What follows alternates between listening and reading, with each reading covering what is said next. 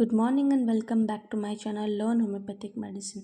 Friends, आज हम पढ़ने वाले हैं aphorism number 2 of organon of medicine से, जो 6th edition of organon of medicine में दिया गया है। इस एफोरिज्म को कहते हैं हाईएस्ट आइडियल ऑफ क्योर, मतलब हाईएस्ट पॉसिबल क्योर जो फिजिशियन का मिशन है, जो फिजिशियन को पेशेंट को देना चाहिए। इसका स्टेटमेंट ऐसे है, the highest ideal of cure is rapid, gentle and permanent restoration of health और removal and annihilation of the disease in its whole extent in the shortest, most reliable and most harmless way on easily comprehensive principles. मतलब इसका जो explanation है आपको वो short note या long answer में देना होता है। अगर आपको वाइवा क्वेश्चन पूछा जाता है तो वाइवा क्वेश्चन में ये स्टेटमेंट एज इट इज़ आपको बोलना है। एग्ज़ाम में शॉर्ट नोट में ये स्टेटमेंट एज इट इज़ लिखना है, प्लस इसका एक्सप्लेनेशन, ये सारे वर्ड्स है रैपिड, जेंटल, परमानेंट, इसका आपको मीनिंग बताना है, इसका आपको शॉर्ट नोट लिखना है। ये लॉन्ग आंसर भी पूछा जा सकता है और शॉर्ट आंसर भी पूछा जा सकता है, और ये very very very important question है, ये एग्जाम में आता ही आता है। So let's start with the explanation of the second aphorism. देखिए, फर्स्ट है cure should be rapid. Cure कैसा होना चाहिए? Rapid means quick as early as possible in the fastest way. मतलब पेशेंट पहले से ही डिजीज कंडीशन में थका हुआ है, इसलिए पेशेंट को हमने क्योर कैसा देना है? रैपिड क्योर देना है, as quick as early as possible, ताकि पेशेंट को आराम हो अपने सिम्टम्स से। हमें ऐसी कोई ट्रीटमेंट नहीं देनी है जिससे पेशेंट को एग्रवेशन हो, जो कि ओल्ड स्कूल ऑफ मेडिसिन में यूज़ किया जाता था, जैसे ब्लड लेटिंग है, लीच एप्लीकेशन है। ऐसा कोई ट्रीटमेंट नहीं देना है। पेशेंट को सिमिलिमम होम्योपैथिक मेडिसिन देनी है, as early as possible fastest way में क्योर पेशेंट को देना है। नेक्स्ट इसमें वर्ड यूज़ किया गया है जेंटल। जेंटल मतलब by using well proven homeopathic medicine and by using similimum and proper potency so that patient cure is easy way and no aggravation is there। देखिए, gentle treatment gentle होनी चाहिए, well proven homeopathic medicine के द्वारा ही होनी चाहिए, similimum homeopathic medicine select करनी है, proper potency select करनी है, ताकि कोई भी एग्रीवेशन पेशेंट को ना हो, और ईजीएस्ट वे में, फास्टेस्ट वे में, जेंटल वे में पेशेंट को क्योर हो, कोई एग्रीवेशन ना हो। ऐसी होम्योपैथिक सिमिलिमम होम्योपैथिक मेडिसिन को चूज़ करना है। नेक्स्ट इस एफोरिज्म में वर्ड यूज़ किया गया है परमानेंट क्योर।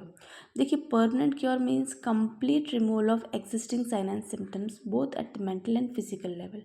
परमानेंट क्योर होना चाहिए, कोई भी डिजीज़ कंडीशन रिलैप्स नहीं होनी चाहिए, दोबारा वापस से वो डिजीज़ कंडीशन पेशेंट में आनी नहीं चाहिए। ऐसा नहीं होना चाहिए कि हमने मेडिसिन दी, कुछ समय के लिए पेशेंट को क्योर फील हुआ और वापस से दोबारा सारे सिम्टम्स स्टार्ट हो गए। ऐसा ये होम्योपैथिक क्योर नहीं है। कि होम्योपैथिक क्योर कैसा होना चाहिए? परमानेंट क्योर होना चाहिए, मतलब वो सारे sign and symptoms complete remove होनी चाहिए, both at the mental and physical level, तभी हम बोलेंगे कि परमानेंट क्योर पेशेंट को मिला है। नेक्स्ट इस एफोरिज्म में यूज़ किया गया है words removal and annihilation of the disease in its whole extent. मतलब remove the disease from its root cause, that is to bring the patient ease from disease in harmless way. पूरा remove होना चाहिए disease condition, part of the disease, या फिर ऊपरी sign and symptoms खाली disappear हो गए, अंदर से पेशेंट को सिकनेस फील हो रहा है, ऐसा नहीं होना चाहिए।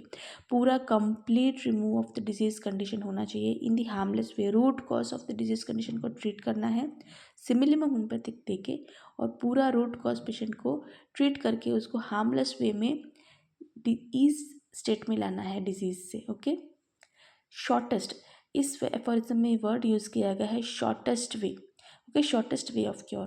Cure should be brought permanent in harmless way and also in the shortest duration. मतलब जल्द से जल्द हम पेशेंट को क्योर की तरफ मोड़ेंगे, क्योंकि पेशेंट पहले से ही डिजीज़ कंडीशन में पहले ही तकलीफ़ में है। उसे हमें ऐसी कोई ट्रीटमेंट नहीं देनी है जिससे उसे कम्प्लीटली डिसअपियरेंस ऑफ सिम्टम तो हो बट अंदर से सीकनेस फील हो। ऐसी कोई ट्रीटमेंट नहीं देनी है जैसे ओल्ड स्कूल्स में यूज़ की जाती थी, जैसे है ब्लड लेटिंग है, और ऐसे हार्मलेस वे ऑफ ट्रीटमेंट बहुत सारे होते थे।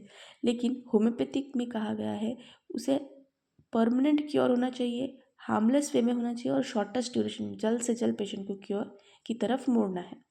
नेक्स्ट है ईजिली कॉम्प्रिहेंसिव प्रिंसिपल।